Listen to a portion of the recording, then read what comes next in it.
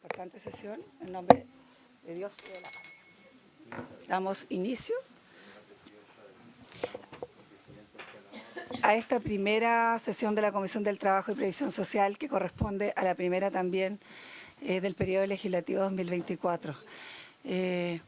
Quisiera, antes de expresar mis agradecimientos a quienes nos van a ilustrar, tanto con sus exposiciones, a propósito de este importante tema, y saludar a los colegas, permitirme también, en nombre de la comisión y como presidenta de ella, enviar un saludo no solo afectuoso, cariñoso a todas las víctimas de esta región a propósito de los incendios, a todos los trabajadores y trabajadoras que con tanto esfuerzo pudieron a lo mejor levantar sus hogares y que hoy día están en una condición muy dura y de la cual creo que este Senado no está ajeno, y por supuesto nosotros tampoco en la Comisión del Trabajo y Previsión Social. Dicho esto, quisiera saludar muy particularmente a los colegas que son integrantes permanentes de la Comisión del Trabajo del Senado, al senador Iván Moreira, al senador Matías Walker y al senador Gastón Saavedra. El senador Galilea también es parte, entiendo que se irá a sumar en un minuto más. Saludar, por cierto, a la senadora Alejandra Sepúlveda y al senador Kuchel, que también están acá, y a nuestra secretaría, y particularmente, con mucho cariño también, a nuestra ministra del Trabajo, Janet Jara, al ministro de Hacienda, que me dicen que es primera vez que usted está acá en este periodo legislativo. Dicen que la última vez fue la PGU, pero en la administración pasada, parece. Claro.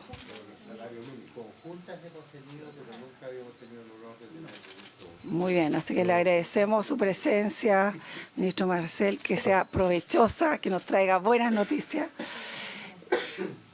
También al subsecretario, por supuesto, de Previsión Social, don Claudio Reyes, y también al superintendente don Osvaldo Macías, que debo declarar con mucha propiedad que son asistentes permanentes de nuestra comisión, lo mismo que nuestra ministra, así que obviamente le agradecemos su presencia, también a los asesores y a todos los que han venido a propósito de este importante tema.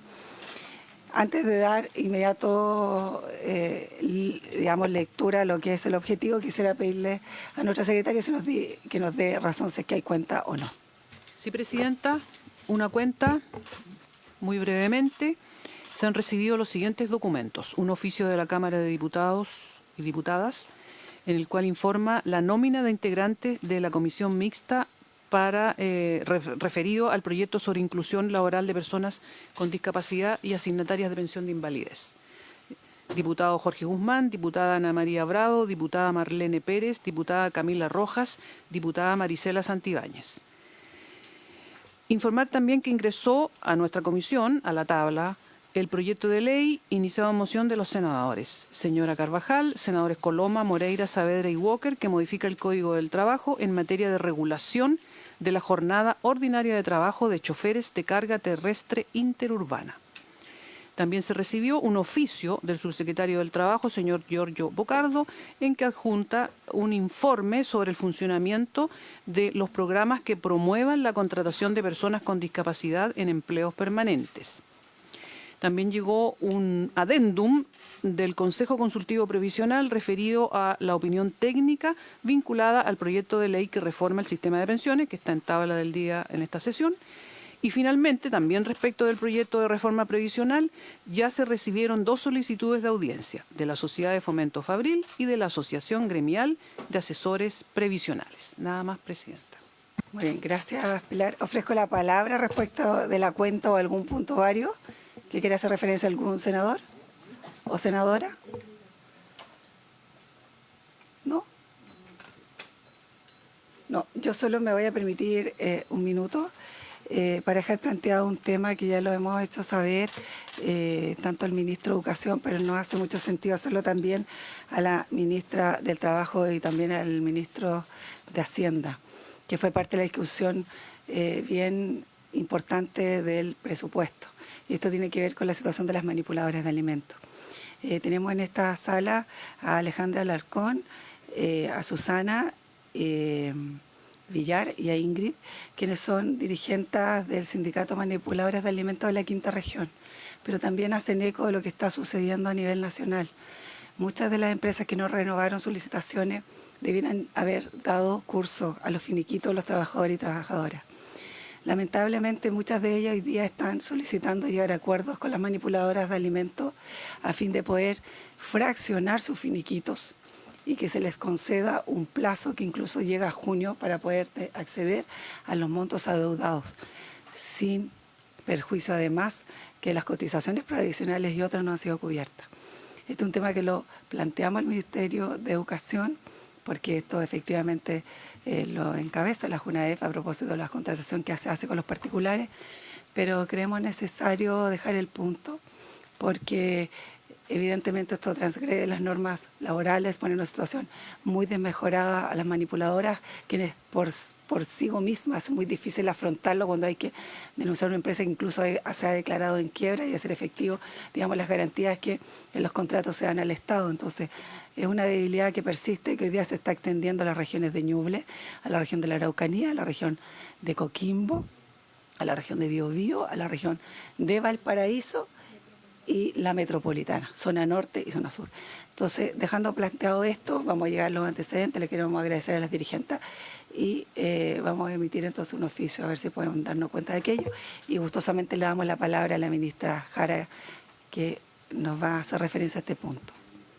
Y después al senador Iván Moreira, o usted primero. Senador Para Moreira. dar una excusa, Presidenta, ministros, ministras, no, el senador Galilea tuvo un inconveniente de un problema que está en este momento solucionándolo muy importante y él se excusa, pero apenas termine, en 5 o 10 minutos más él va a estar presente. Sí.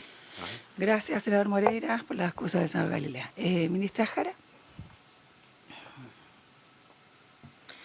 Presidenta, por su intermedio saludar también a los senadores presentes y a la senadora. Un gusto junto al ministro de Hacienda, al superintendente y al subsecretario volver a retomar nuestro trabajo en esta comisión. En relación a la situación que usted plantea, quiero señalarle que por su intermedio, minutos atrás, tuve la posibilidad de conversar con una de las dirigentes. Pedí un estado de la situación a la Dirección del Trabajo, la que me informa que este lunes va a haber un comparendo entre la empresa y las trabajadoras, ¿ya? Vamos a estar atentos desde el Ministerio a lo que ahí se resuelva y el finiquito, cierto, tiene que estar dentro de los 10 días hábiles desde la separación del trabajador, así que salvo que algún trabajador llegara a un acuerdo con el empleador. Pero vamos a ver qué pasa en este comparendo del lunes y les vamos a estar informando también como comisión y, por cierto, también a las trabajadoras. Gracias, ministra. Que justamente esa es la circunstancia, que muchas veces llegan a un comparendo y si no hay acuerdo hay que tomar acciones judiciales. Y el vacío legal, donde no hay asistencia, donde no hay recursos para poder hacerse representar por un abogado, es muy complejo. Entonces, estas situaciones obviamente nos afectan porque son contratos además con el Estado y quisiéramos también que ojalá a futuro los pudiéramos reparar.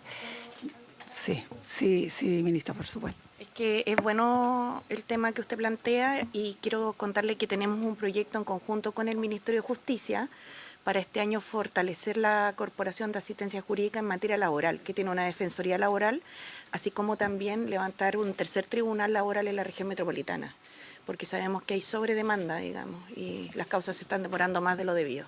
Así que esperamos cuando se discuta el presupuesto poder contar con vuestro apoyo en esta materia. Muy bien, muchas gracias, ministra. Y con los recursos.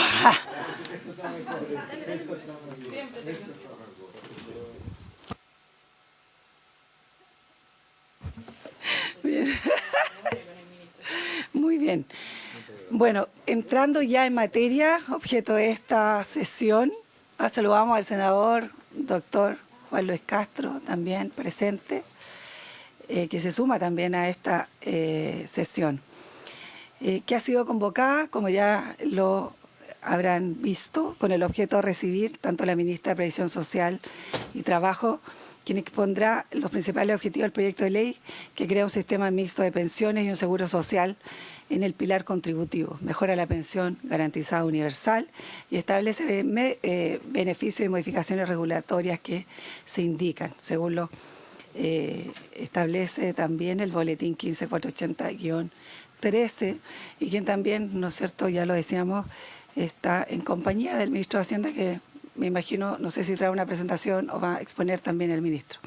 Para nosotros como comisión, ministra, como antecedente previo, es sumamente importante no solo avanzar en un proyecto que permita garantizar pensiones dignas y aumentar las ya existentes, sobre todo en las circunstancias que a puertas del Día de la Mujer afectan mayoritariamente también a mujeres de clase media y clases vulnerables, o de condición más bien que de clase. Porque efectivamente hoy día tenemos una situación que no es desconocida para nadie y que es una demanda legítima de la ciudadanía y sobre todo los pensionados, aspirar a tener, ¿cierto?, desde el Estado la posibilidad de mejorar sus pensiones. Y como usted bien lo remarca siempre cuando asistimos a las exposiciones masivas, donde la mayoría de nuestros pensionados, mujeres y hombres, adultos mayores, aplauden a rabiar, y es que ojalá se pudieran aumentar las pensiones hoy. Y eso significa, obviamente, propuestas que ojalá avancen y se gestionen, como hay la disposición, sin ninguna duda, en esta comisión del trabajo del Senado. Para ello, sin más trámite, entonces, le damos la palabra, ministra, y queremos conocer, obviamente, sabemos que el Senado se aprobó la idea de legislar en general, pero se rechazaron ideas que eran bien matrices y eran bien el corazón del proyecto, y en ese contexto también, ojalá aparte hacer una distinción para ver cómo se promueve o cómo viene, o si se va a discutir alguna fórmula distinta. Tiene la palabra, ministra Jara.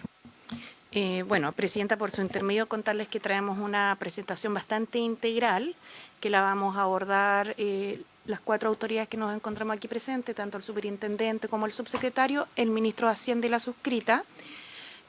Busca poner el foco, diría yo, en primer lugar en los problemas principales que tenemos en nuestro sistema de pensiones, en las soluciones propuestas, pero para anticipar un poco lo consultado por usted, quiero comentarles que desde la Cámara de Diputados se despachó la idea de legislar y se aprobaron varias normativas para poner el foco en lo que falta por aprobar y en lo que debiéramos tratar de ampliar nuestra capacidad de diálogo para construir un acuerdo. Dice relación con el rechazo a algo que en los 2 proyectos anteriores se había aprobado, que es el aporte patronal propiamente tal, más allá de la distribución. Y yo creo que ese es un tema que, como lleva tanto tiempo, ¿cierto?, siendo aprobado consecutivamente en el país, seguramente no va a ser de tanta disputa entre nosotros mismos, esperemos.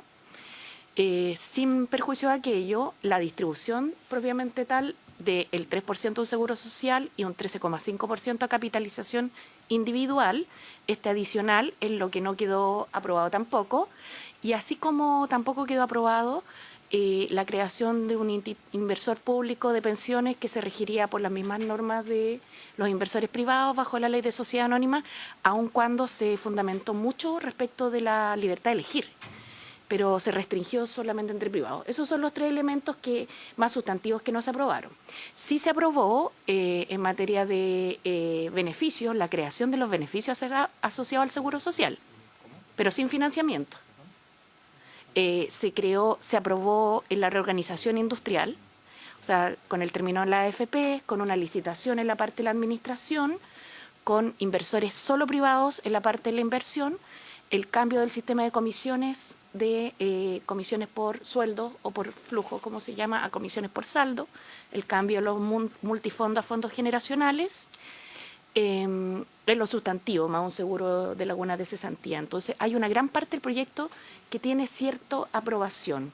Sin perjuicio de aquello, quiero señalar que la voluntad del Ejecutivo es poder construir un acuerdo que nos permita llevar adelante el tema de la reforma previsional, teniendo a la vista que hoy día hay 1,5 millones de pensionados que tienen cifras bastante escuálidas en el monto de sus pensiones autofinanciadas y que la van a exponer mis colegas, pero que hace muy necesario, como señalaba, poder ampliar nuestra capacidad de diálogo, ojalá para dar una respuesta.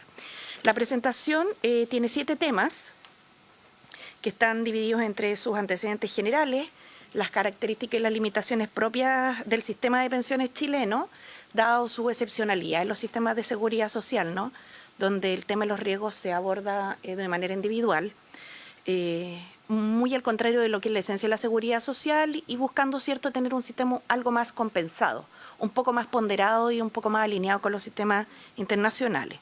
En tercer lugar, se van a abordar las propuestas que el gobierno tiene sobre la materia, los resultados que se esperan, que ha sido objeto de un debate bastante interesante porque, de hecho, algunas opiniones de los últimos días señalan que el propio gobierno indicaría que yendo el 6% a la capitalización individual sería eventualmente más conveniente que creando un seguro social, lo cual no es así. Yo también quiero poner esto con bastante claridad sobre la mesa. El estudio está publicado, el estudio de tasa de reemplazo contó con la asistencia técnica tanto de Paula Benavides como de Rodrigo Vergara, y también se va a exponer en detalle, pero un eventual cambio, digamos, que nosotros hagamos, la idea es que tenga efectos ahora y no en el 2070, que es lo que muestra el estudio.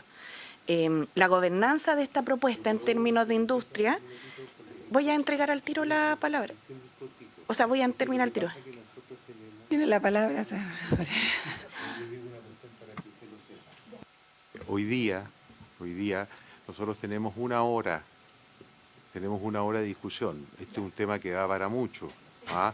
Entonces, ¿y por qué yo tengo que pedir la hora a las 2? Porque nosotros recibimos, varios parlamentarios que estamos aquí, vamos a recibir algunas visitas, el nieto del expresidente Mandela y otra gente que viene del exterior, entonces tenemos que recibirlo. Y segundo, a las 3 de la tarde tenemos sesión, entonces yo no quiero ponerme... digamos, colocar un inconveniente. Yo sé que hoy día no se va a votar ninguna cosa, es una conversación, entonces, y veremos cómo seguimos legislando esto. Yo no tengo ningún problema en que si tenemos que hacer algunas sesiones especiales, que nos podamos colocar de acuerdo en eso. Disculpe, no interrumpo más. Gracias, senador Moreira. Solo anticipar que si hay interés también por la mayoría de los integrantes de la comisión, le ponemos, sí. Claro, podemos intervenir, pero además de aquello podemos extender unos 15 minutos, 20 minutos más la sesión. Perfecto, ya. Sí. Bueno, escuchamos a la ministra. En sexto lugar vienen los efectos económicos y las consideraciones finales. Vamos a empezar con la exposición. Entendemos el tema planteado por el senador Moreira, pero también creemos que es parte de lo que tenemos que conversar, la forma en que esto se va a trabajar y la urgencia que se requiere. Gracias, presidenta. Su intermedio, presidente, el ministro. Ministro Marcel. Sí, gracias, presidenta, y muy buenas tardes a los senadoras y senadores integrantes de la comisión y que están participando en esta sesión.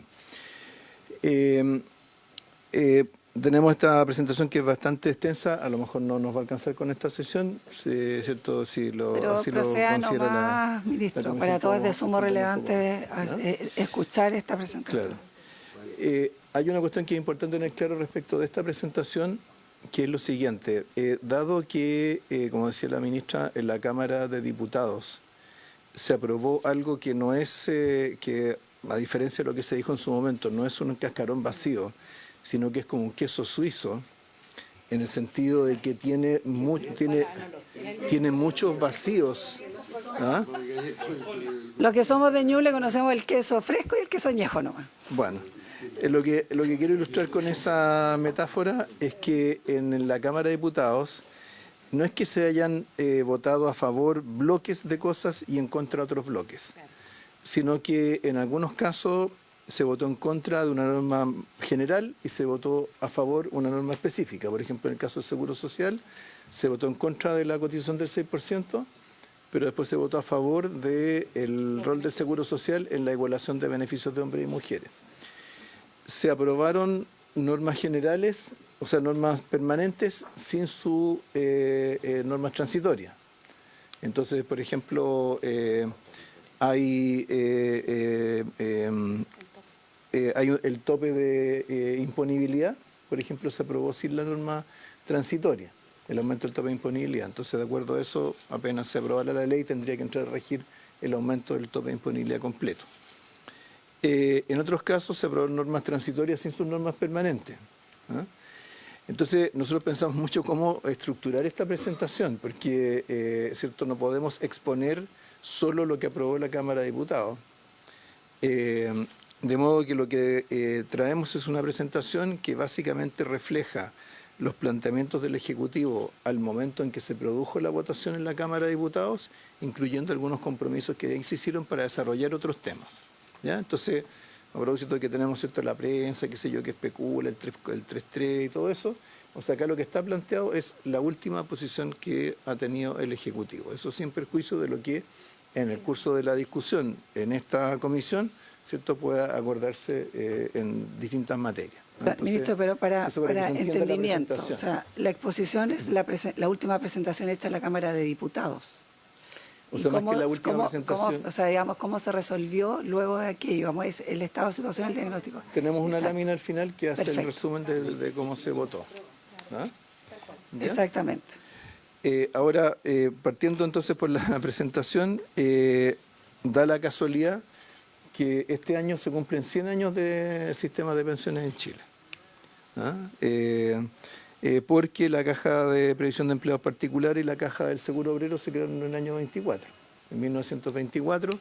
Es cierto, fueron parte de todas esas reformas en esa época tan convulsa, donde a propósito de la cuestión social, cierto, se terminó legislando sobre una serie de instituciones propias de la seguridad social, la protección de los trabajadores, etcétera. En el año 25 se incorporó la seguridad social a la Constitución de aquel entonces, y a partir de ese momento se fueron creando otras instituciones, otras cajas de pensiones. En el 52 se creó el Servicio Nacional de Salud y el Servicio Seguro Social. Por supuesto, todo eso tuvo un cambio importante entre el 79 y el 81.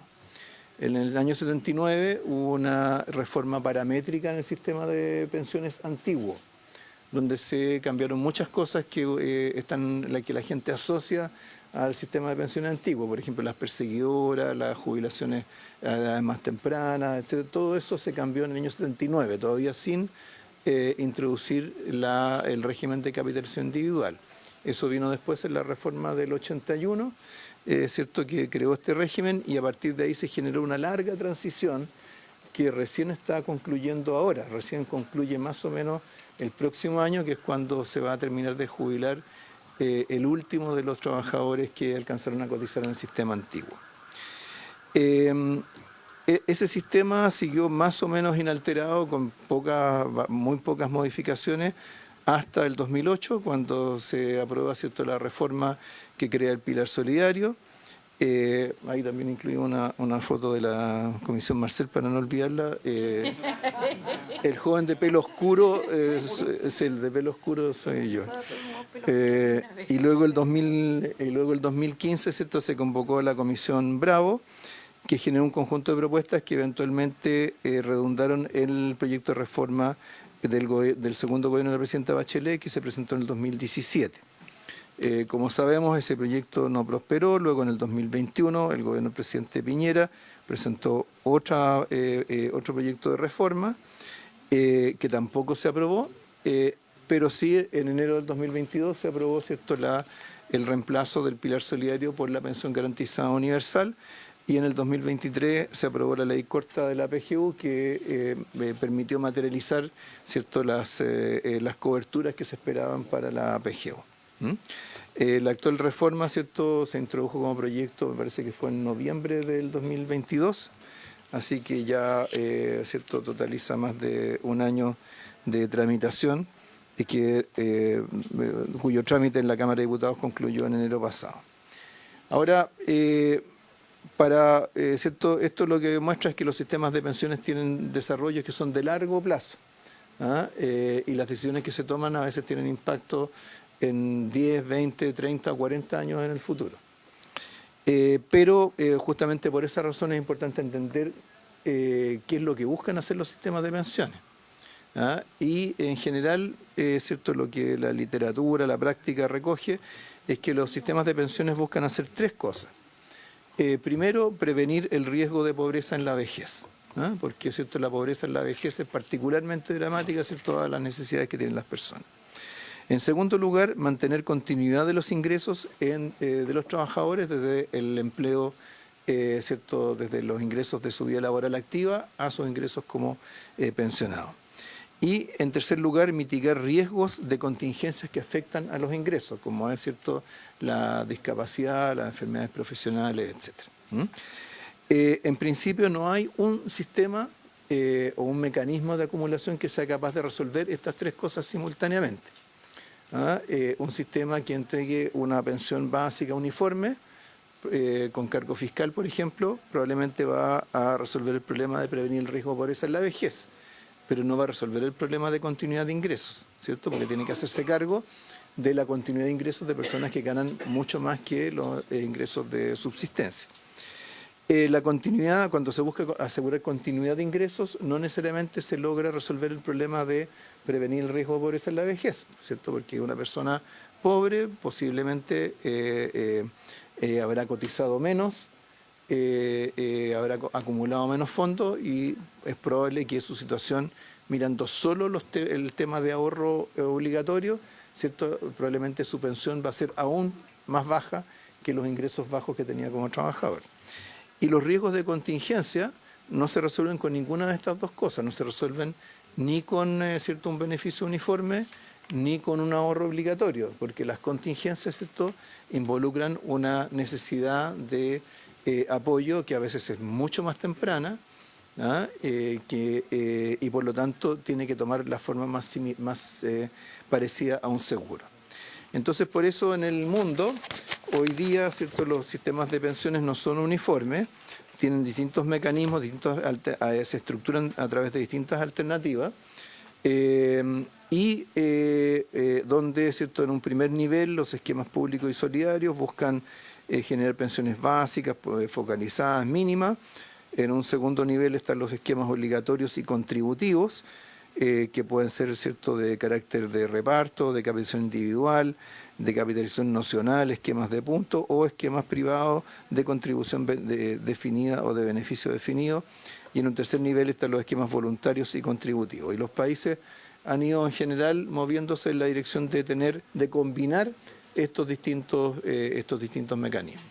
Países que partieron con sistemas de reparto puro le han ido agregando elementos de capitalización. Países que partieron con sistemas de capitalización pura le han ido agregando elementos de seguro social y de beneficios con cargo fiscal. La OIT ha identificado una serie de principios digamos, que deberían orientar la seguridad social y los sistemas de pensiones, entre los cuales está el diálogo social entre trabajadores, empleadores y gobierno, la universalidad de cobertura, la igualdad de trato para distintos grupos de trabajadores, la solidaridad social, la equidad de género, la suficiencia de las prestaciones. De hecho, la OIT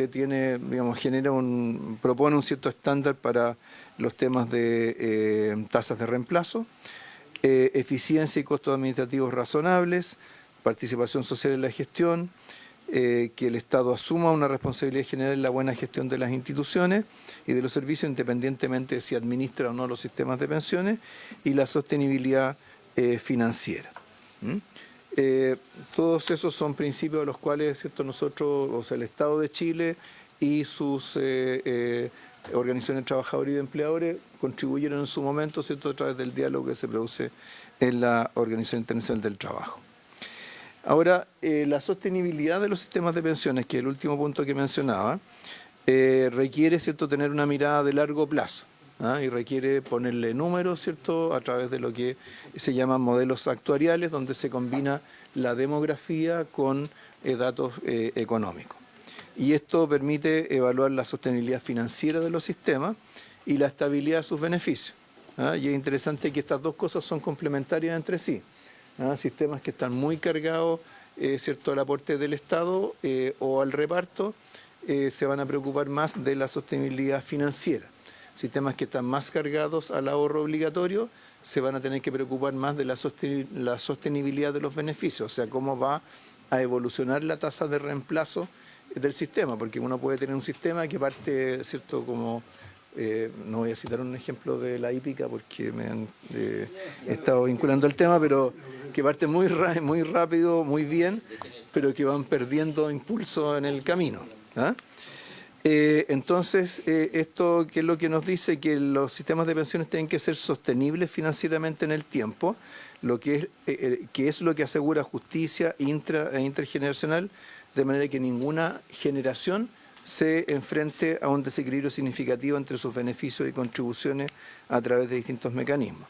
Esto hay que evaluarlo para horizontes de largo plazo, incluyendo los efectos fiscales, y para esto desde el año 2000, desde el 2008, o sea, desde la época de la reforma anterior, el gobierno, los sucesivos gobiernos han venido trabajando con un modelo de proyección que se desarrolló en la Dirección de Presupuesto y la Superintendencia de Pensiones. Y este es un modelo que genera proyecciones hasta el año 2100. Entonces vamos a ver esto, vamos a ver las proyecciones hechas con estos modelos varias veces. Como digo, este es una tecnología que se desarrolló ya hace varios años, pero que da cuenta o nos ayuda a tener esa mirada de más largo plazo. Ahora, el gasto fiscal en pensiones en Chile, aunque es menor al que tienen países, por ejemplo, que tienen sistemas públicos de reparto, es de todas maneras importante. Hoy día alcanza más o menos un 4% del producto o 16% del total del gasto público. En ese cuadro se puede ver que hay una parte de esto que, ¿cierto?, corresponde al sistema de pensiones actual. Todavía hay gastos que están ligados al sistema de pensiones antiguo, ¿cierto? Se siguen pagando pensiones, y están los sistemas de las Fuerzas Armadas.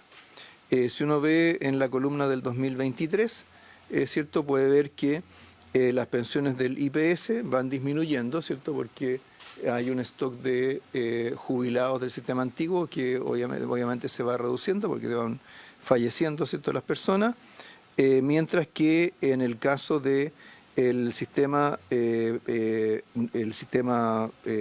actual o nuevo de pensiones, ya tiene hartos años, pero más la PGU, tiene un incremento muy significativo. O sea, aquí podemos ver que, ¿cierto?, entre el 2021 y el 2023, el gasto se incrementó desde 2,7 billones de pesos a 6 billones de pesos. Todo ese aumento corresponde a la creación de la PGU. Y luego, en el caso de los sistemas de las Fuerzas Armadas y de las policías, ¿cierto?, este se mantiene en torno a los 2,5 billones de pesos. O sea, a estas alturas, yo no lo llamaría de reparto porque las cotizaciones cubren menos del 15% de los beneficios. O sea, digamos que es de beneficio definido. Ese sería técnicamente el concepto correcto, porque reparto significa que más o menos calzan las cotizaciones con los ingresos con los gastos. En este caso el desequilibrio es muy grande. De hecho,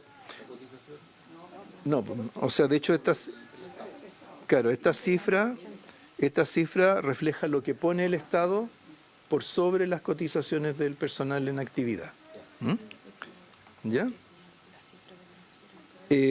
Claro, y luego, ¿cierto?, uno eso lo puede contrastar con el número de beneficiarios. O sea, tenemos que hoy día, por ejemplo, con la disminución que va teniendo los beneficiarios del sistema antiguo, pero que todavía son 500.000 de personas, las cifras de gasto se va aproximando a los déficits de los sistemas de las Fuerzas Armadas y las policías, pese a que, ¿cierto?, cubren solamente a 175.000 pensionados. A esta altura, el grueso, ¿cierto?, de los pensionados actuales ya van correspondiendo al sistema de capitalización individual con casi 2,5 millones. Entonces, esto refleja en buena medida cómo se ha ido produciendo esta transición desde el sistema antiguo al nuevo. Dado, ¿cierto?, estos compromisos de gasto, la sustentabilidad de los compromisos fiscales para el pago de pensiones está bien ligado, ¿cierto?, a cualquier cosa que uno quiera hacer en materia fiscal. Entonces aquí están citados dos declaraciones del Consejo Fiscal Autónomo, ¿cierto?, donde, en fin, reitera esto que repetimos hace muchos años y muy correctamente, ¿cierto?, que financiar gastos permanentes tiene que financiarse con ingresos permanentes, y en el caso de beneficios futuros, ¿cierto?, se advierte que en ausencia de nuevas fuentes de financiamiento estructurales, que puedan provenir de crecimiento tendencial, nuevos ingresos tributarios, etcétera. El crecimiento del gasto público hasta el 2028 debería ser muy acotado. Todo eso, ¿cierto?, nos indica que lo que queramos agregar como beneficios de cargo fiscal tienen que tener su financiamiento. Eso por mi parte. Entonces, ahora vamos ya a hacer un zoom a lo que son las características y también algunas de las limitaciones que tiene el sistema de pensiones chileno. Gracias, ministro. Le damos la palabra entonces al superintendente Macías. Gracias, señora presidenta. Por su intermedio, saludo a los parlamentarios, a todos quienes nos escuchan y están presentes también en esta sala. Como decía el ministro, vamos a revisar brevemente algunas características del sistema de pensiones chileno y fundamentalmente cuáles son los problemas que nosotros visualizamos en él. Posteriormente se verán las propuestas para abordar los problemas identificados. En el gráfico que está presentándose, se muestra un mapa de la seguridad social en Chile, sin incluir el sistema de salud, que no es objeto de esta reforma, y me voy a concentrar en los tres primeros subsistemas, dado que son los que están afectados o los cuales se enfoca el proyecto de reforma previsional. Primero, existe un sistema de pensiones contributivo. El sistema de pensiones contributivo tiene como propósito fundamental suavizar el tránsito entre el ingreso en la vida laboral de una persona al ingreso que obtiene una vez jubilado. Por lo tanto, lo que busca es otorgar las mejores tasas de reemplazo posible. En este caso, este sistema está administrado por las administradoras de fondos de pensiones, o AFP, está supervisado por la Superintendencia de Pensiones y los beneficios que otorga son pensiones de vejez, invalidez y sobrevivencia. ¿Cómo se financia? Con el 10% de la cotización individual del trabajador y con un aporte del empleador para financiar un seguro de invalidez y fallecimiento que equivale a 1,49% de su salario. Un segundo subsistema tiene que ver con el sistema de pensiones no contributivo. El sistema de pensiones no contributivo tiene como objetivo aliviar la pobreza en la vejez. Por lo tanto, complementa el sistema de pensiones contributivo que busca obtener pensiones lo más cercanos al ingreso en la vida activa. Este sistema de pensiones no contributivo hoy día es gestionado por el Instituto de Previsión Social, fiscalizado por la Superintendencia de Pensiones, y otorga como beneficios la pensión garantizada universal, pensión básica solidaria y aporte previsional solidario de invalidez y aporte previsional solidario de vejez. Se financia con recursos fiscales. Y por último, el sistema de pensiones de reparto, que tiene hoy día 3 subsistemas en nuestro país. Uno de ellos es administrado por el Instituto de Previsión Social y corresponde al remanente, si se puede decir de esa forma, de las ex cajas de previsión que ya están cerradas y no admiten más cotizantes. En este caso, entregan pensiones de vejez, invalidez y sobrevivencia, son supervisadas por la Superintendencia de Pensiones y es financiado ya sea por la cotización de los trabajadores, que aún están cotizando, pero fundamentalmente por el Estado, dado que hay un déficit muy grande, porque ahí quedan muy pocos cotizantes y todavía queda una cantidad significativa de pensionados, como veremos después.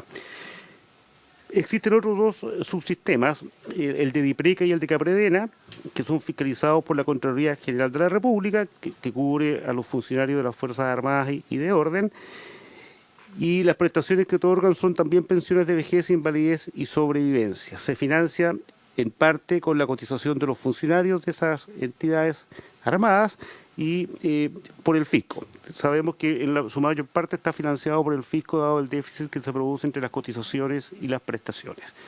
Si pasamos a la próxima lámina, veamos lo anterior con algunos números y podremos apreciar la importancia que tiene el sistema de pensiones en nuestro país. Hay 14 millones de personas, como el 70% de la población, que están directamente involucrados en el sistema de pensiones, que participan de él de alguna forma, y de ahí la relevancia que tiene la discusión de pensiones y el impacto que provocan en la población.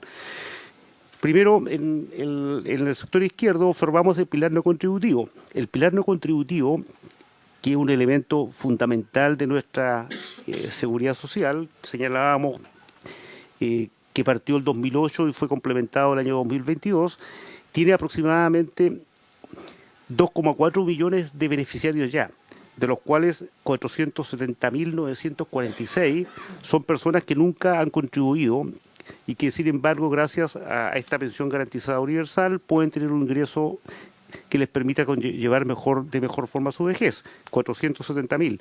Existen PGU contributivas, que son del mismo monto que las no contributivas, pero complementan a las personas que sí ahorraron durante su vejez, y ustedes pueden ver durante su vida activa, pueden ver que ya son 1,5 millones. Existe la PS de vejez e invalidez, que complementan las pensiones también, 263.000 personas, y por último PBS de invalidez, personas que no aportaron durante su vida, pero que han sufrido lamentablemente estas contingencias, hay prácticamente 200.000. O sea, es muy importante la cobertura del pilar no contributivo, y de ahí la importancia para nuestra población de contar con un pilar tan vigoroso como este. Por otro lado, el sistema de pensiones decreto ley 3.500 tiene casi 12 millones de afiliados, de los cuales cotizan hoy día aproximadamente 6 millones. Acumula 1,6 millones de pensionados, la mayor parte de los pensionados ya están aquí en este sistema, y recursos por prácticamente 180.000 millones de dólares, que aquí equivalen a un 61% de nuestro Producto Interno Bruto. Es muy grande la acumulación de recursos del sistema de pensiones. Por otra parte, tenemos finalmente a lo que va quedando las de las cajas de reparto agrupados en el Instituto de Previsión Social. Solamente están cotizando 11.959 personas en este sistema, y quedan aún 521.891 pensionados. Este es el sistema de las antiguas cajas de reparto, que en algún momento se va a extinguir y quedarán finalmente en plan no contributivo, sistema de pensiones de 3.500 que observamos en esta lámina. Si pasamos a la siguiente lámina, vamos a enfocarnos esta vez en lo que son los problemas visualizados en nuestro pilar contributivo del sistema de pensiones. Observamos 8 problemas, los cuales se abordan posteriormente con propuestas en el proyecto de cambio legal. Primero, el sistema entrega bajas pensiones, y luego veremos las cifras. Bajas tasas de reemplazo, además de bajas pensiones, nivel y porcentaje de reemplazo de remuneración, un ahorro previsional insuficiente que genera lo anterior, inequidad previsional muy importante, puesto que las mujeres tienen sus problemas exacerbados respecto a los hombres. También un tema que nos parece relevante, que las actuales gestores previsionales o AFP tienen márgenes muy altos y tienen un bajo riesgo operacional. Esto dado que el diseño de la industria, a nuestro juicio, es ineficiente. El sistema es complejo, y eso muchas veces lleva a los afiliados a tomar decisiones que finalmente los terminan perjudicando. Y por último, un aspecto bien importante también, y que nos preocupa, por supuesto, que los fondos de pensiones tienen una rentabilidad decreciente a través del tiempo, con el impacto negativo en pensiones. Ahora vamos a pasar a ver estos aspectos. Aquí observamos en este gráfico, que está publicado en las páginas web de la Superintendencia, un trabajo efectuado con la DIPRES, y que contó con la asesoría de expertos. Las medianas de tasa de reemplazo para quienes se pensionaron entre el año 2015 y 2022, considerando como última remuneración los últimos 12 meses trabajados. Podemos observar que la tasa de reemplazo mediana, autofinanciada, es decir, sin considerar PGU, para los hombres es de solo un 27%. Si le agregamos la PGU, esta sube a 65%. Observamos asimismo en este gráfico que para las mujeres la mediana de tasa de reemplazo autofinanciada con sus propios recursos corresponde solo a un 11% de sus remuneraciones, la que sube a 62% considerando la PGU. Entonces este gráfico, este cuadro nos muestra que realmente las pensiones que se generan autofinanciadas son muy bajas, y que ayuda mucho, por supuesto, a la PGU. Más rato veremos con un poco más de desagregación qué significa todo esto. En el cuadro siguiente podemos observar que las bajas tasas de reemplazo autofinanciadas se registran en todos los quintiles de ingresos. Aquí están los 5 quintiles, donde el quintil 1 agrupa a las personas que están en el 20% de menores ingresos. Podemos observar que su tasa de reemplazo autofinanciada es de solo 15%, y si nos vamos al quintil de las personas de mayores ingresos es de solo 24%. O sea, de todas maneras son tasas de reemplazo bajas respecto a las remuneraciones de los últimos 12 meses, considerando la misma muestra de pensionados 2015-2022. Esa tasa de reemplazo suben en forma heterogénea al agregar la pensión garantizada universal, que es el aporte del Estado, y para el quintil 1 sube a 172%, y para el quintil 5 observamos que donde están los mayores ingresos a solo 34%. Entonces vemos que si bien la PGU cumple un gran rol, fundamentalmente está enfocada en el quintil de personas de menores ingresos. En el quintil 1, 172%, en el 280%, y luego ya va decreciendo cuando nos acercamos a fundamentalmente la gente, las personas de clase media. Podemos ver que el quintil 3 a 5 nos muestra pensiones que van entre 268.000 y 588.000 e involucran remuneraciones de esas personas de 454.000 a 1.800.000 pesos. O sea, esta es la clase media chilena en realidad, digamos.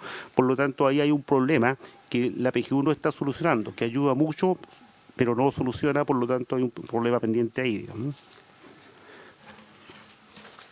En el gráfico, en la lámina que viene, vamos a ver las tasas de cotización. Decíamos que el ahorro previsional es bajo y aquí están algunas de sus causas. La tasa de cotización en Chile es de 12,7% del salario, eso incluyendo el seguro de invalidez y sobrevivencia, la comisión de AFP y el 10% que va a las cuentas individuales. El promedio de la OCDE es 18,2% del salario. Chile tiene una tasa de cotización, por lo tanto, un 50% menor que la que tienen los países de OCDE y, por lo tanto, acumula mucho menos ahorro para las jubilaciones y es sin duda una de las causas de las bajas pensiones. Pero también hay muchas lagunas previsionales, baja densidad de cotizaciones. La densidad de cotizaciones promedio del sistema de pensiones es de 53,9% para el total de afiliados. Para las mujeres es aún menor, 49,2%, y para los hombres 58,2%. 53,9% en forma lineal significaría que una persona que está 40 años cotizando en su día o trabajando, cotizaría en promedio 21 años y 7 meses. O sea, tenemos lagunas previsionales muy grandes en nuestro país y eso incide también en un menor ahorro. Por último, hay una alta informalidad en el mercado del trabajo. Observamos tasas de informalidad de 27,5%. También, en este caso, como está ocurriendo en casi todas las variables, es mayor la tasa de informalidad en las mujeres que en los hombres. En la lámina que sigue, podemos enfocarnos en la brecha de género y el problema de la inequidad existente en el sistema previsional respecto a las mujeres. Casi todos los factores que inciden en las pensiones son más perjudiciales para las mujeres y, por lo tanto, su situación es aún más desmedrada que la de los hombres. Aquí observamos la desigualdad salarial que enfrentan las mujeres, que se amplifica en el sistema, porque las personas, las mujeres, tienen diferentes edades de jubilación y viven más que los hombres, entre otras cosas. Podemos observar así que la tasa de reemplazo que veíamos anteriormente en este mismo cuadro, la autofinanciada para las mujeres es solo 11% y para los hombres 27%. Se soluciona y mitiga en parte por la PGU, posteriormente que nivela un poco la cancha, pero si observamos igual las pensiones de las mujeres autofinanciadas, de 38.000 pesos es mucho más baja que la de los hombres de 159.000 pesos. En parte esto se debe también al salario. Observamos que el salario mediano es 955.000 pesos para los hombres actualmente y para las mujeres 825.000. Las mujeres tienen salarios más bajos, tienen menor densidad de cotizaciones, viven más que los hombres y todo aquello sin duda le perjudica finalmente su pensión y hay que buscar formas de solucionar eso. Posteriormente vemos otro de los aspectos que nos preocupan, que tiene que ver con los altos márgenes con los cuales operan la industria previsional, pese al bajo riesgo operacional que enfrentan, porque aquí no hay una contraposición entre altas rentabilidades con muchos riesgos, sino que son bajos riesgos y altas rentabilidades. Nos preocupa porque la otra cara de la medalla de esto son que las personas pagan precios más altos de lo que debieran pagar. Ese es el tema que nos preocupa. No nos preocupa que las empresas ganen dinero, sino que los afiliados paguen más de lo que debieran. Ese es el punto de fondo acá. Entonces, nosotros podemos observar acá lo que pasa entre 2017 y 2023. Los últimos 7 años sacados de los estados financieros auditados de las administradoras, observamos en la barra azul, la más alta, la más oscura, el ingreso por comisión. La otra barra azul intermedia son los gastos operacionales de las administradoras y finalmente la barra celeste muestra las utilidades operacionales. ¿Qué significa esto? Que el margen de las administradoras, o sea, las utilidades operacionales sobre sus gastos, no los ingresos por comisiones sobre sus gastos, las utilidades operacionales sobre sus gastos, en los últimos 7 años es consistentemente superior a 100%. O sea, significa que margino un 100% en mi negocio. Eso es lo que significa esto. Y nosotros creemos que eso no es correcto. Ahora, esto en un contexto de bajo riesgo operacional. ¿Por qué decimos bajo riesgo operacional? Porque los ingresos de la administradora dependen exclusivamente de la masa salarial. Por lo tanto, es muy estable. Los ingresos en el periodo, de hecho, crecen un 22% real en este mismo periodo. Y los gastos operacionales son un 3% porque son transaccionales, no están relacionados con los ingresos. Entonces hay un tema ahí que hay que ver. Si vemos lo mismo, pero llevado solamente al 2023, observamos el estado, los estados de resultados publicados hace una semana por las administradoras. Observamos que, por ejemplo, el 2023, los ingresos por comisiones fueron un poco superiores a 1 billón de pesos el año 2023 y que sus gastos de operación fueron de 463.000 millones. Eso nos da una utilidad operacional de 592.000 millones. Si sacamos el margen, que es de nuevo lo que señalábamos antes, ¿cuánto marginan las administradoras finalmente? Que es la utilidad operacional que obtienen estos 592.000 millones sobre sus gastos de operaciones, un 128%. Ese es el margen que hay. Lo podemos comparar con una entidad similar en cuanto a las funciones que realiza, que es la administradora de fondos de cesantía, que es el cuadro de abajo. La administradora de fondos de cesantía, como veremos, realiza actividades similares a las administradoras previsionales y tiene la magnitud más o menos equivalente. El precio anual por afiliado para la administradora de fondos de cesantía versus la administradora de fondos de pensiones tiene una diferencia muy grande. Si observamos el promedio entre el año 2017 y el año 2023, el afiliado al sistema de pensiones pagó 19,6 veces más que el precio de la administradora de fondos de cesantía, o sea, casi 20 veces más. Una diferencia muy grande. Por ejemplo, en 2023, solamente en 2023, el precio anual por afiliado de una administradora previsional es de 83.000 pesos y el de la administradora de fondos de cesantía de 3.700 pesos. Diferencia muy grande. El margen sobre costo que tiene la administradora de fondos de pensiones, en promedio durante todo este periodo, es 3,4 veces el de la administradora de fondos de cesantía. Entonces, comparando con una industria bastante equivalente, podemos observar que aquí hay alguna anomalía en los márgenes y en los precios cobrados. También, si vemos el desglose de los gastos de las administradoras previsionales, observamos que un 61% es gasto de soporte, gasto que muchas veces se multiplica entre las distintas administradoras y que podría ser mucho más eficiente con una entidad centralizada. También observamos que más de un 30% de los gastos va a ventas y a comercialización, también aspectos que creemos que pueden reducirse drásticamente y dedicarse a fines más productivos. Y solo un 7% va a gastos directos de inversiones. Ese es el desglose de los estados financieros auditados de 2023. ¿Por qué comparamos con la administradora de fondos de cesantía? Porque las actividades de soporte que tienen las AFP y las AFC son muy similares. Reconocemos que las AFP tienen actividades más complejas, pero no 20 veces más complejas que la AFC. Por lo tanto, algo hay ahí que está haciendo ruido de que esa diferencia de costo no se justifica con la complejidad de las operaciones. Solo a modo de ejemplo, las AFC administran hoy día 11,5 millones de cuentas y las AFP 12,7 millones de cuentas. La AFC recauda mensualmente 5,1 millón de cotizaciones y la AFP 5,8 millones.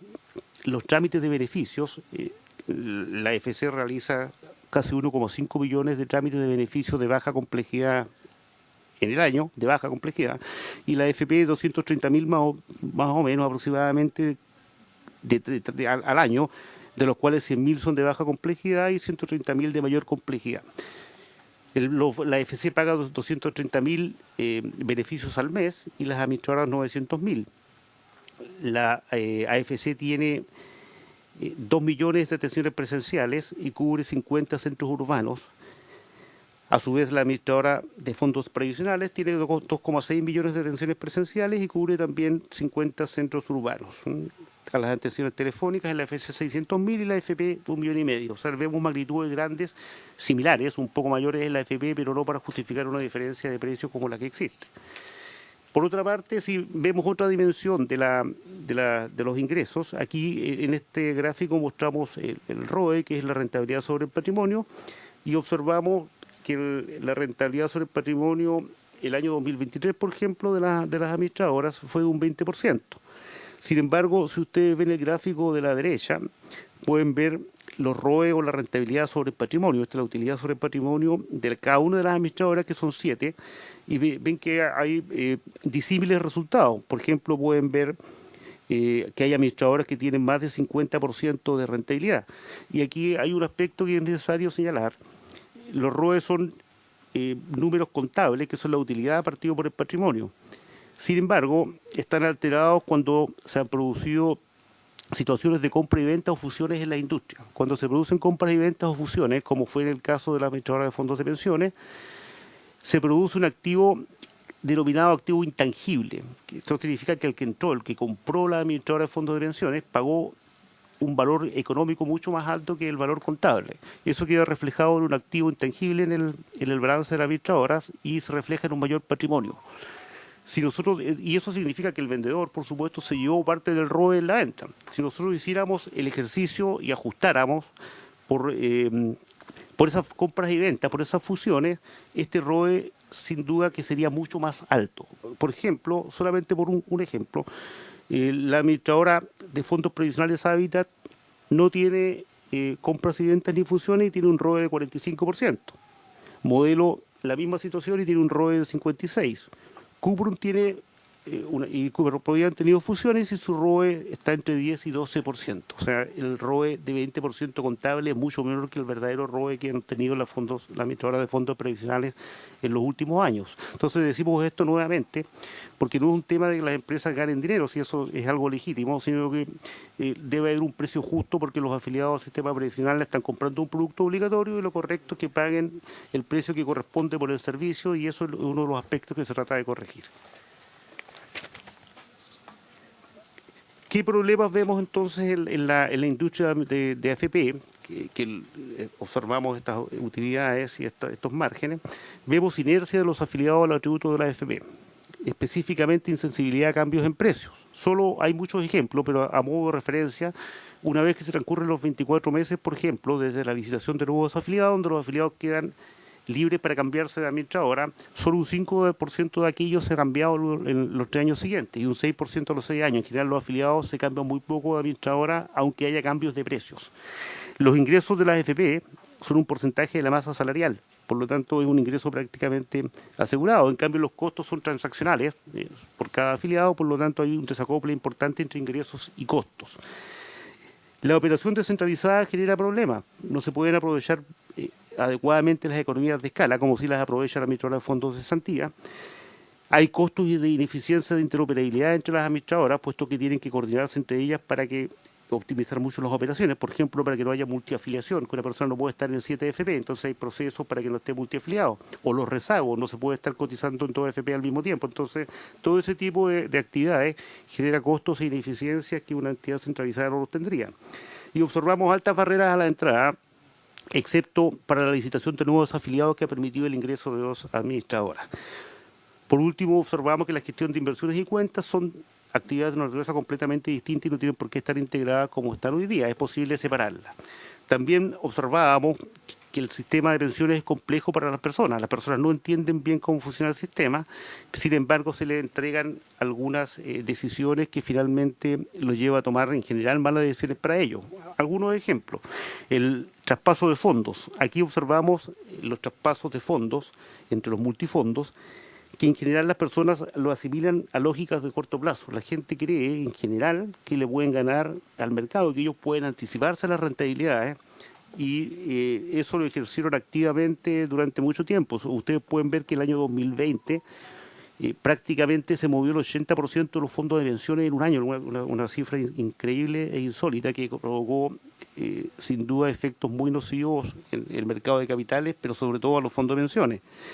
Posteriormente, en el año 2021, este Congreso aprobó una ley que regula a los agentes recomendadores de fondos. Una vez que el Congreso aprobó en buena hora esa ley, estos recomendadores de fondos prácticamente, desaparecieron porque evidentemente iban a ser fiscalizados y supervisados en su actividad, aspecto que desincentivó su existencia. Decíamos que las personas tomaban malas decisiones. Claro, si las personas al cambiarse les va bien, algo ahora que están haciendo bien. Sin embargo, un estudio de la superintendencia, que vio varios años todos los traspasos de fondos, demostró que el 72% de los afiliados que efectuó estos traspasos de fondos le fue peor que si se hubiera mantenido en la estrategia que se recomendaba por defecto. O sea, perdió al tratar de ganarle al mercado, perdieron casi 1%, 0,8% anual de rentabilidad.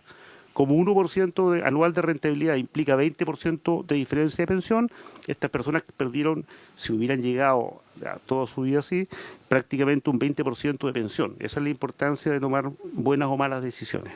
Y también observamos en el gráfico de abajo que hay muchos afiliados que están mal ubicados en su fondo, que hay muchas personas muy jóvenes que están en fondos muy conservadores y viceversa, lo cual sin duda no permite optimizar sus rentabilidades. Eso es un ejemplo de malas decisiones que se pueden adoptar y en este caso eso se está abordado y más rato se dirá cómo se va a abordar. También tenemos otro ejemplo de decisiones que pueden complicar la vida de los afiliados y finalmente les perjudica, lo que es la selección de rentas vitalicias. El año 2012 se aprobó un sistema denominado SCOMP, Sistema de Consulta y Oferta de Montos de Pensión, a través del cual las personas seleccionan su pensión. En general ese sistema ha operado muy bien, pero tiene un problema. Tiene un problema que existen las denominadas ofertas externas. Significa que aun cuando existe este sistema SCOMP, donde la persona ve ordenadamente lo que le ofrecen las compañías de seguro de vida y las AFP, la persona puede irse por fuera del sistema y contratar otra pensión. Hay mecanismos de protección, pero sin embargo lo que observamos es que el 87% de las personas está eligiendo a través de, un 73,5% de las personas está eligiendo a través de ofertas externas. O sea, la mayor parte de las personas no eligen lo que está dentro de SCOMP, que es lo que debiera elegir, sino que se va por fuera, generalmente inducido por agentes de venta o asesores previsionales. Si la persona hubiera aceptado la mejor oferta dentro de SCOMP, habría tenido 1,6% más de pensión que lo que hace por fuera. Cuando es aconsejado por un agente de venta, pierde un 3,8% de pensión.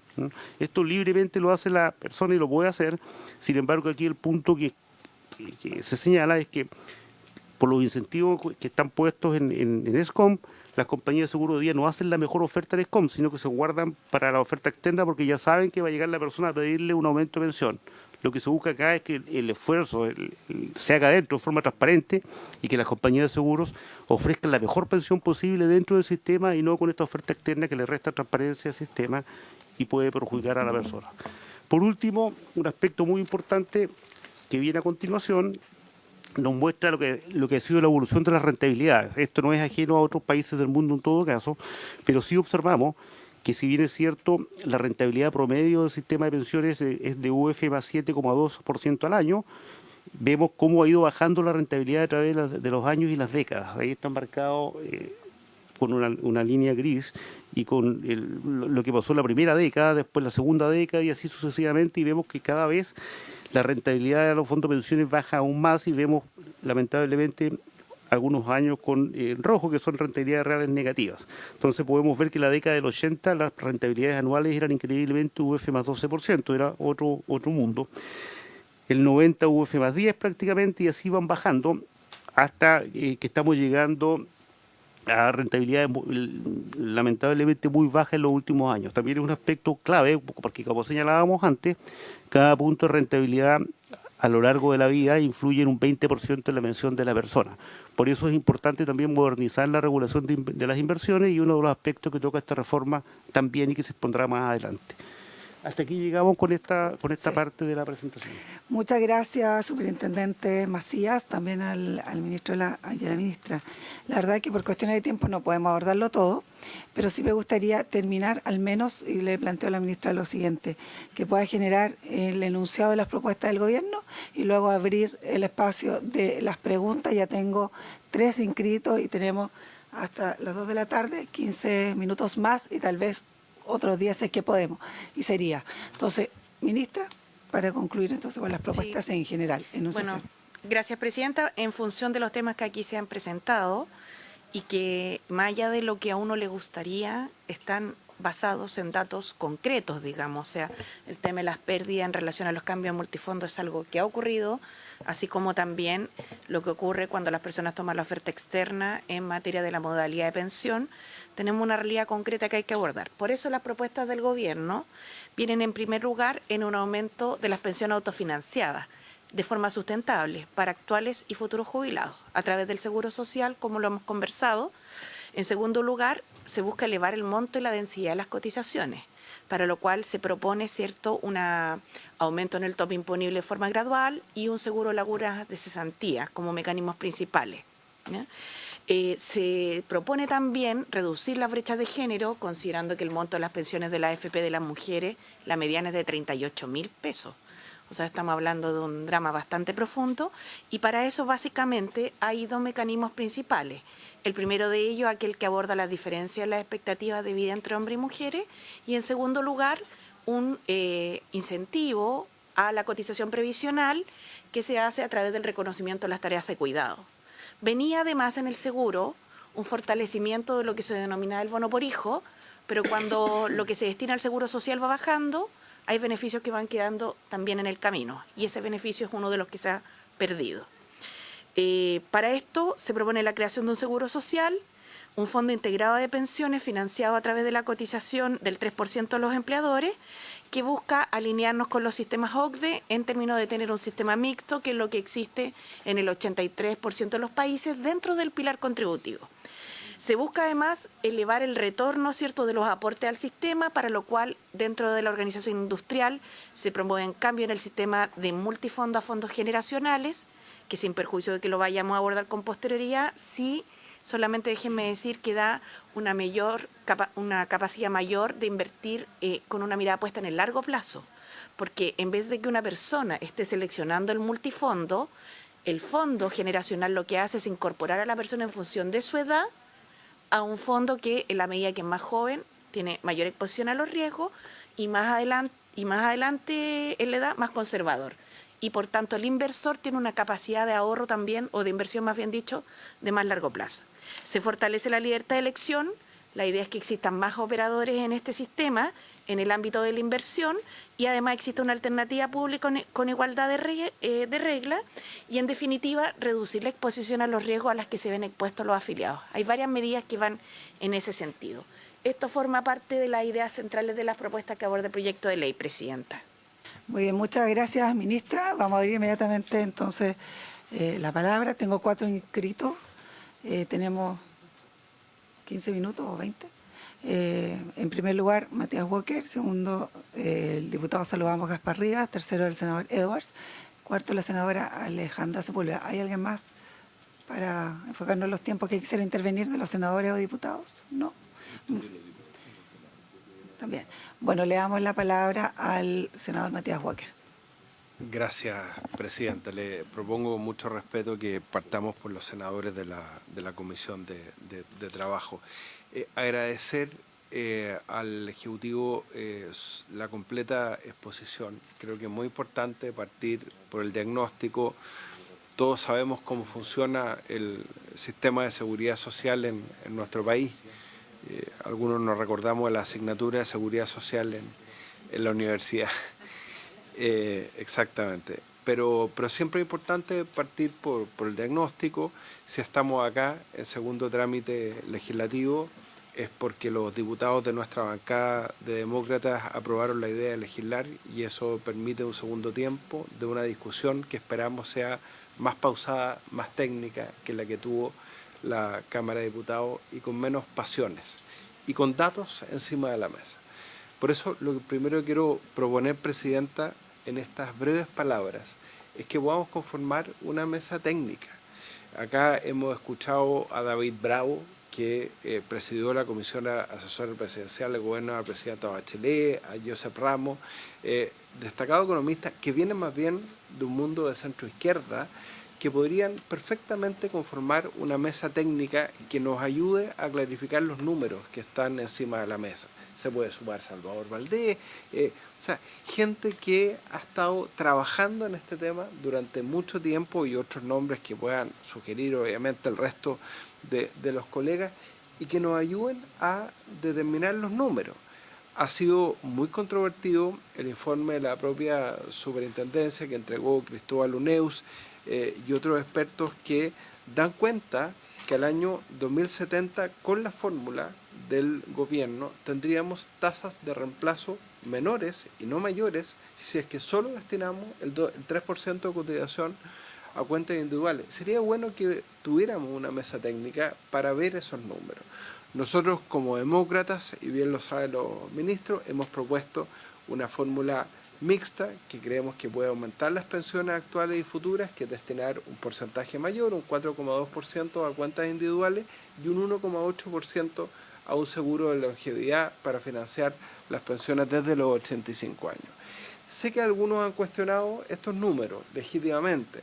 Algunos señalan que con un 1,8% de cotización no alcanzamos a financiar un seguro de longevidad después de los 85 años. Algunos señalan que la edad de corte tiene que ser distinta, tendría que ser a los 87, 88 años.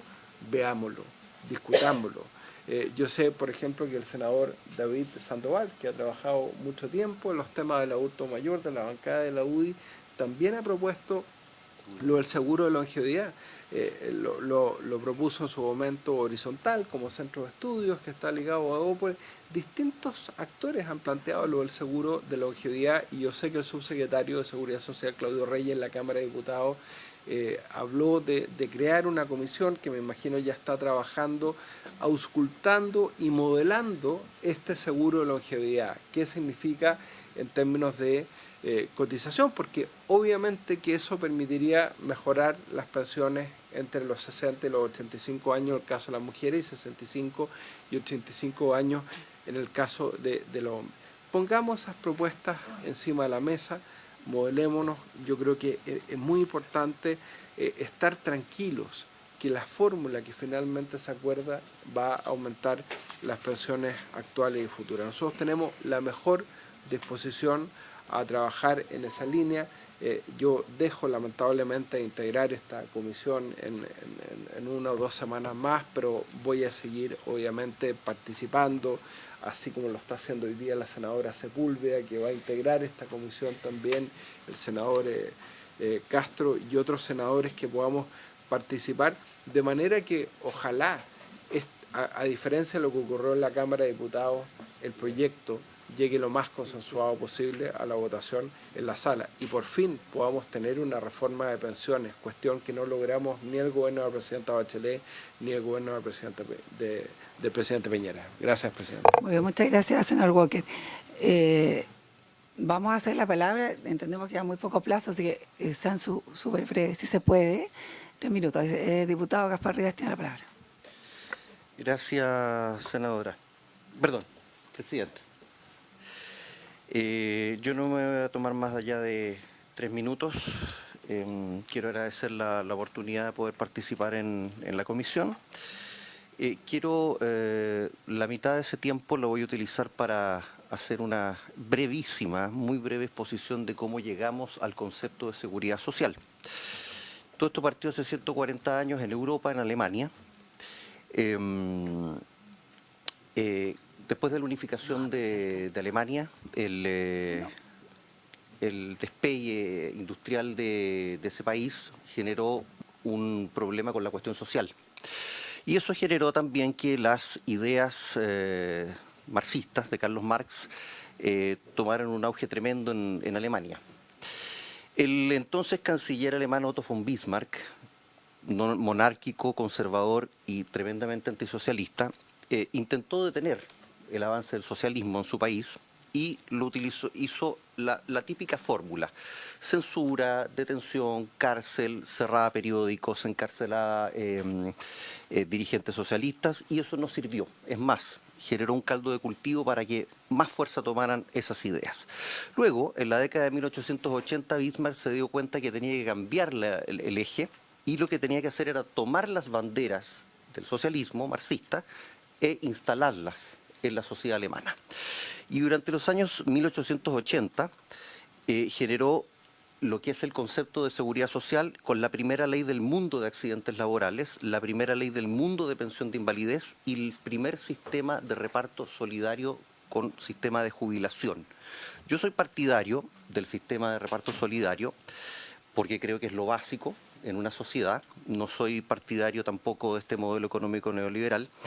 Y además porque también, así como soy contrario al neoliberalismo, también soy contrario a las ideas marxistas, y creo que esta es una muy buena manera de atajar ese tipo de cosas y darle solidaridad y justicia social a los ciudadanos. Por eso, pero sin embargo, y ahora voy a la segunda parte, 1 minuto y medio me voy a tomar nada más en esta segunda parte, porque yo creo en el sistema de reparto solidario y creo que es más beneficioso, creo en el sistema de reparto solidario libre, donde la gente libremente opta por la solidaridad. Y esta reforma no está permitiendo libertad, está obligando a la gente y entre cuatro paredes se está decidiendo dónde va el dinero y en qué proporción el dinero del 6% adicional va, si a la cotización individual o a un sistema solidario. Por eso mismo, cuando el proyecto estaba en la Cámara de Diputados, yo presenté una indicación que lo que establece es que cada cotizante decida libremente a dónde va su 6% adicional. Si va solo a cotización individual o si va solamente a solidaridad. O bien decida en qué porcentaje va. Me parece que es lo que corresponde, es lo más democrático, es en nombre de la tan manoseada libertad. Creo que eso es realmente aplicación de libertad, y me gustaría que tal vez algún senador aquí de esta comisión o de la Cámara Alta pudiera hacer propia esa indicación, de tal manera que cada cotizante decida libremente a dónde va su 6% adicional, porque la solidaridad pues es positiva, pero no debe hacerse con el dinero de los trabajadores, debe hacerse el primer puntapié para un sistema de reparto solidario tiene que hacerse con fondos del Estado, no de los trabajadores. Gracias, Presidenta. Bueno, muchas gracias, diputado Gaspar Rivas. Solo como dato, yo vengo del campo, y los que venimos del campo tratamos mejor en las visitas que los de la casa, así que bienvenido, diputado Gaspar. Muy bien, le damos la palabra inmediato entonces a el senador Edwards. Gracias, Presidenta. Bueno, saludar y agradecer las presentaciones de todos los ministros, superintendentes, asesores. Quiero insistir en la idea, ojalá, de formar una mesa en que podamos participar de alguna manera con asesores de alto nivel para poder, ojalá, mejorar el proyecto. Hay algunos de nosotros que, por lo menos, no nos sentimos representados con el proyecto inicial y, por lo tanto, quizás una mesa de trabajo con asesores de alto nivel o personas que sean representativas puede ser una forma de avanzar un poco más rápido en esta tramitación, que también espero que pueda ser pausada, quizás y no tan un poquito más conversada que lo que ocurrió en la Cámara de Diputados. Yo por lo menos creo que si va a resultar una reforma de esta naturaleza tiene que ser con acuerdo para que se mantenga en el tiempo. Entonces yo insisto en la idea de que haya una mesa con asesores de alto nivel acá en el trabajo. Ahí, por supuesto, la Presidenta podrá también quizás hacerse parte de esta propuesta, ojalá con todos los sectores representados, por supuesto. Lo segundo, y una pregunta específica, yo entiendo que de la presentación del superintendente, efectivamente las AFP, como cobran por el flujo, los cotizantes ya pagamos por la administración del total que están administrando. Y por lo tanto cambiarse una vez que uno lleva ya 20 o 30 años cotizando en una AFP no tiene ningún sentido económico, porque ya pagó por la administración de todos los fondos que ya están. Y por lo tanto lo que tenemos que hacer para que no hayan estas utilidades extranormales que se están dando en la industria, que son evidentes, y una prueba de ello son los precios con los cuales salen las licitaciones, es quizás, y le pregunto al gobierno y al superintendente, hacer una transición para que el cobro sea no de lo ya pagado, porque lo ya pagado ya está pagado, por cierto, pero del resto, quizás de las nuevas cotizaciones, se empieza a cobrar por el monto administrado, como se hace en todos los fondos de inversiones, y de esa manera haya algo de competencia y tenga algún sentido económico para el cotizante cambiarse, porque lo que hoy día ocurre es que como uno ya cotizó y ya pagó, no tiene ningún sentido. Entonces, esas utilidades extranormales con bajo riesgo se van a seguir dando porque no está hecho el sistema para que haya una competencia que permita que las utilidades sean razonables para efectos de los cobros, que efectivamente muchos de nosotros creemos que son altos. Entonces, la pregunta es quizás al superintendente, no sé, si existe una posibilidad, según él, de un cobro según patrimonio,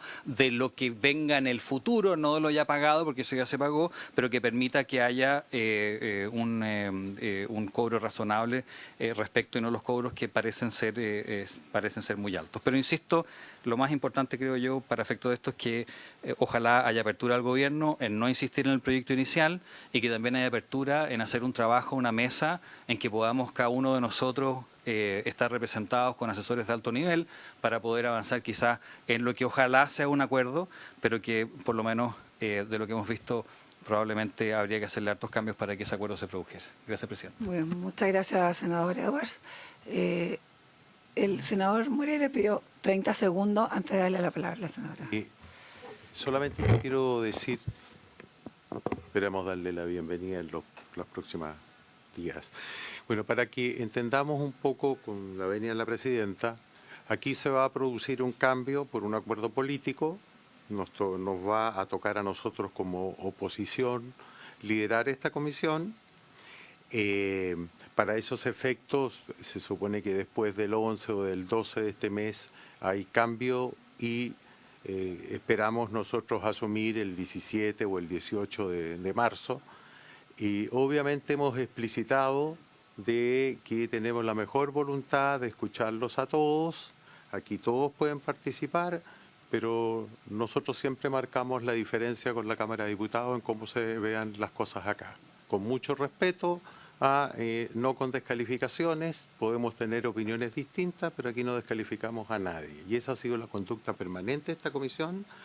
Y nosotros tenemos la voluntad de avanzar en este tema, pero tenemos miradas distintas en el cómo hacer las cosas. Y eso es lo que vamos a conversar, esa disposición hay.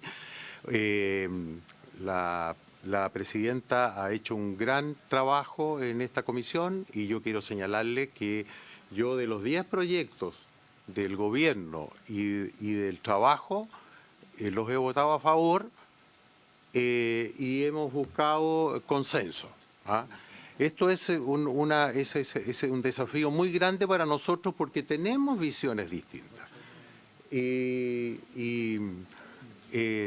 Yo quiero señalar que nosotros hoy día no queremos expresar más de lo que hemos escuchado, pero tenemos conversaciones pendientes. Nosotros el lunes nos vamos a reunir con nuestros asesores y esperamos que podamos informalmente antes de acá conversar con el gobierno para ver cuáles son los cambios que ellos están dispuestos y cuáles son los cambios que nosotros queremos.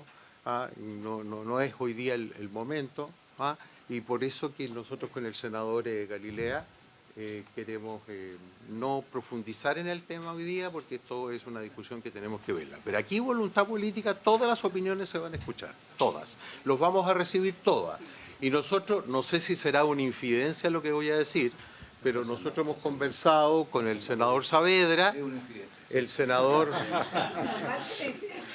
Mejor no lo diga. El senador Galilea y yo, Luciano Cruz Coque, y yo creo que también lo conversé contigo, de que nosotros no vamos a recibir a nadie de forma sola por lobby.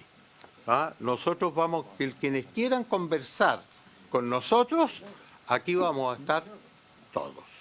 En el sentido, no vamos, yo por lo menos, y también lo ha dicho él, nosotros no vamos en lo personal, si nos piden una audiencia de lobby por este tema, nosotros los vamos a invitar, dependiendo de la organización que presente, quien sea, a la comisión.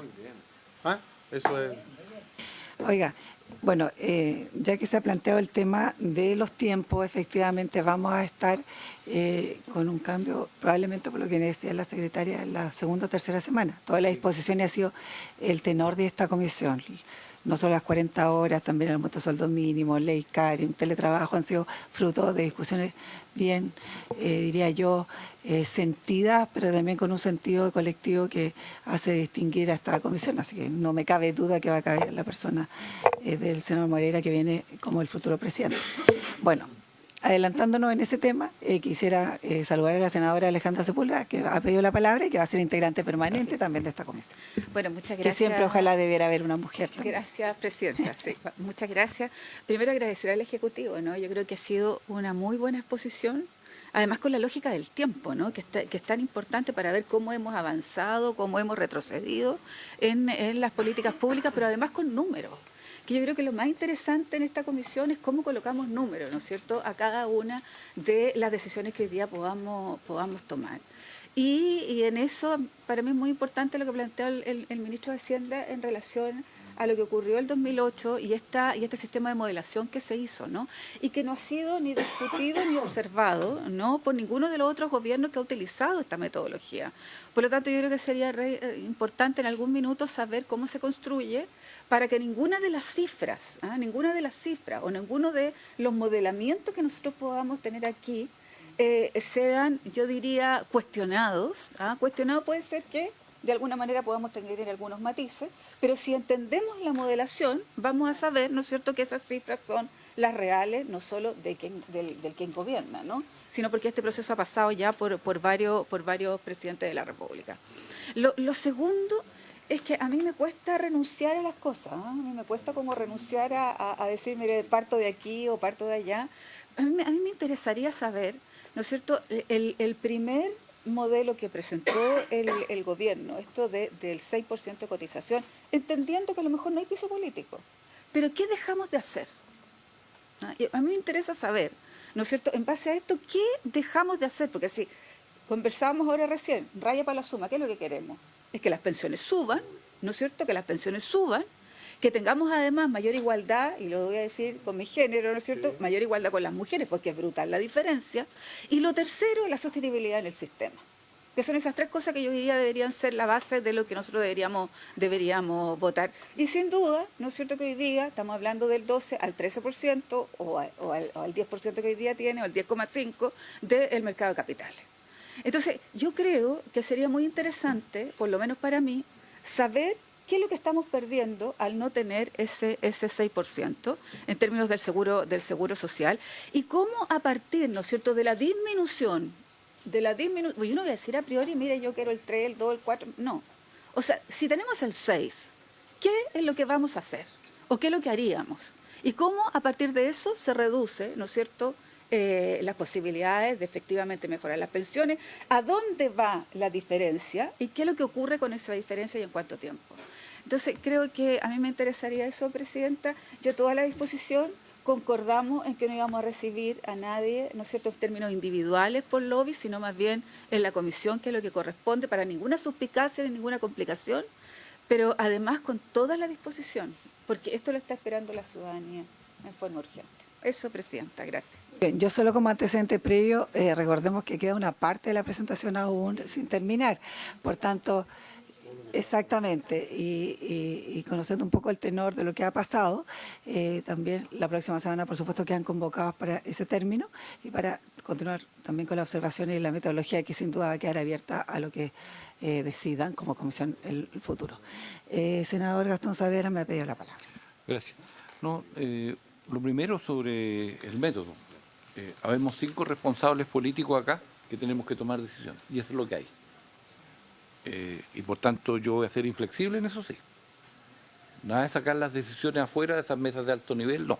Es aquí, no en otra parte.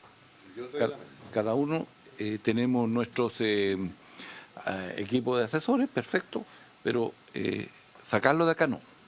¿Ya? Aquí se decide, no en otra parte. Lo segundo, efectivamente tenemos urgencias. Las urgencias son que hay 1.500.000 chilenos aproximadamente, ese es un número que hay que establecer claramente, que necesitan ahora aumentar sus pensiones, no en 30 años más, es ahora, porque si legislamos para que se aumenten en 30 años más, ese 1.500.000 chilenos no van a tener mejores pensiones. ¿Ya? Entonces, ese es... Claro, pero ese es un problema estructural que tiene el país que hay que resolver, así como tenemos otro problema estructural, que en Chile se paga poco. Entonces, como usted gana en promedio 500 lucas, 5 millones de chilenos, claro, finalmente tu cotización para el pilar contributivo es baja. No va a ser más que lo que tú puedes recaudar producto de tu salario que tienes mensualmente. Entonces tenemos varias situaciones que resolver como país que en este proyecto no lo vamos a hacer. Lo que sí es nuestra voluntad política tiene que darse para que los chilenos que hoy día tienen bajas pensiones las mejoren. Y en eso no podemos fracasar.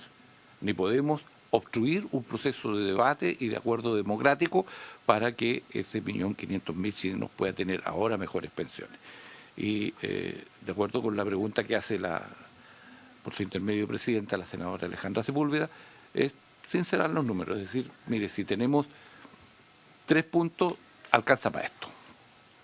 Si tenemos 4, alcanza para esto. Si tenemos, explicitarlo, porque creo que allí habrá entonces la mejor decisión a partir de la información de lo que podemos hacer y cuánto alcanzamos a hacer en este tiempo. Lo otro, recordar que los 6 puntos son graduales, no son los 6 puntos al tiro.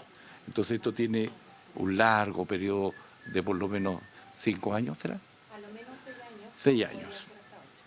¿Te das cuenta? Entonces eso también está implícito en el proyecto para que no estemos sacando cuentas alegres. Y lo otro, no instalar temas o conceptos que no lo son.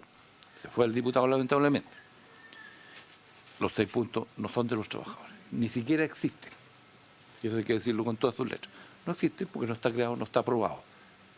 Y yo que sepa, no lo ha puesto ningún trabajador, sino que lo van a poner los empresarios. Entonces, eso está así. ¿Ya? Entonces, también para decir las cosas por su nombre, porque creo que venimos saliendo de una etapa legislativa muy azarosa, muy divergente, más que de construir en función de los chilenos y chilenas que necesitan mejores pensiones. Gracias, Presidenta. Muy bien, si bien creí interpretar al senador Moreira, que hablaba también por el senador Galilea, igualmente le voy a preguntar si quiere intervenir. Ya, se allana a lo que ya le ha interpretado el senador Moreira.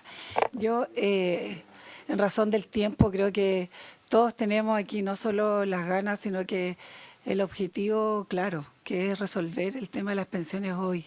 Y eso significa generar una respuesta eficaz y urgente a las pensiones bajas que hoy día mantienen a muchos chilenos en estado de alta necesidad.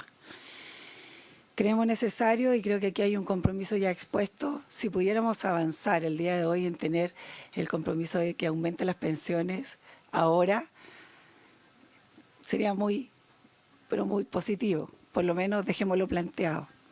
Los mecanismos, creo que al igual que lo ha señalado el senador Gastón Saavedra, dan para formular X+1 de propuestas. Pero mi experiencia en casi una década en legislativo, probablemente ustedes más que yo, me ha señalado que cuando las discusiones se hacen en el seno de las comisiones y se abordan allí las temáticas de fondo, el avance es mucho más rápido. Independiente de los insumos técnicos, y hago el énfasis en técnicos, que uno puede abordar o recoger o recabar de asesores o de importantes personeros. Pero cuando a veces los matices son distintos, porque los espacios privados a veces dan también para ocasiones o circunstancias distintas, creo que al final del día hay que pensarlo bien. Mi llamado es ojalá a comprometernos, como bien decía la senadora Sepúlveda, a tener ese objetivo político, por un lado económico, pero también social, mayoritariamente ciudadano, a recobrar la confianza en la política en resolver los temas. Y el tema más urgente hoy día de la sociedad es pensiones y es seguridad. Pero como estamos en la Comisión de Trabajo, también lo segundo, que sea sostenible en el tiempo, que sea una política de Estado, entender que la gente no se puede morir sola, ni se puede morir esperando una mano del Estado, luego de una vida de trabajo con más o menos oportunidades, porque esto también se trata de oportunidades. Yo no me cabe duda que ninguna mujer ni hombre de este país quiere dejar de trabajar, quiere hacerlo. Pero quiere también que haya un salario justo y quiere también que haya al final del día la posibilidad de que el Estado se ponga en su lugar cuando no tuvo la adecuación, porque las oportunidades no se la dieron o no tuvo las posibilidades de acceder a un gran cargo. Y eso también hay que mirarlo, porque esa brecha de desigualdad desde el origen, como nos decía el ministro de Hacienda históricamente, está latente hoy día. Entonces la sostenibilidad económica, que sea una política de Estado, como es el resolver también la brecha de género, estamos desde el 8 de marzo. Y esta frase la venimos escuchando desde que nacemos las mujeres, por el mismo sueldo, las mismas capacidades, las mismas competencias, incluso a veces las mismas oportunidades de estudiar, llegamos al final del día con un salario distinto. Abordamos el trabajo doméstico como si no tuviera valor. ¿Cuántas de nuestras familias, hermanas, mamás, mujeres tuvieron que dedicarse a sus hijos y dejando de lado la posibilidad de un trabajo a lo mejor objetivamente salariado? Pero ¿quién podría decir que el trabajo doméstico no tiene un valor que es fundamental en el desarrollo de las sociedades? de nosotros mismos y de los hombres cuando tengan la opción también de hacerlo. Y creo que ahí hay temas pendientes en lo económico que por supuesto nos convocan más allá de esta comisión. Yo solo cerrar diciendo que no me cabe duda que nuestro Congreso, y particularmente la comisión en manos del futuro presidente Moreira, va a abordar y va a avanzar sobre los consensos, la coordinación, la transparencia y sobre todo los objetivos. Así que yo sin más agradecer a los que han estado. Vamos a convocar la otra semana para el término de las exposiciones, para algunas preguntas y sin duda que me va a tocar también hacer cambio ahí de presidencia, pero por lo pronto agradecerle muy enormemente las presentaciones de la ministra, del ministro de Hacienda, del subsecretario del Trabajo, del superintendente de pensiones, sus asesores y particularmente de los que hoy día ya, no me cabe duda, tienen un interés genuino de valorar esta comisión y darle respuesta a la gente como la senadora Sepúlveda, los que van a llegar seguramente en este recambio. Así que sin más, por haberse cumplido el objetivo de esta sesión, se levanta. Muchas gracias.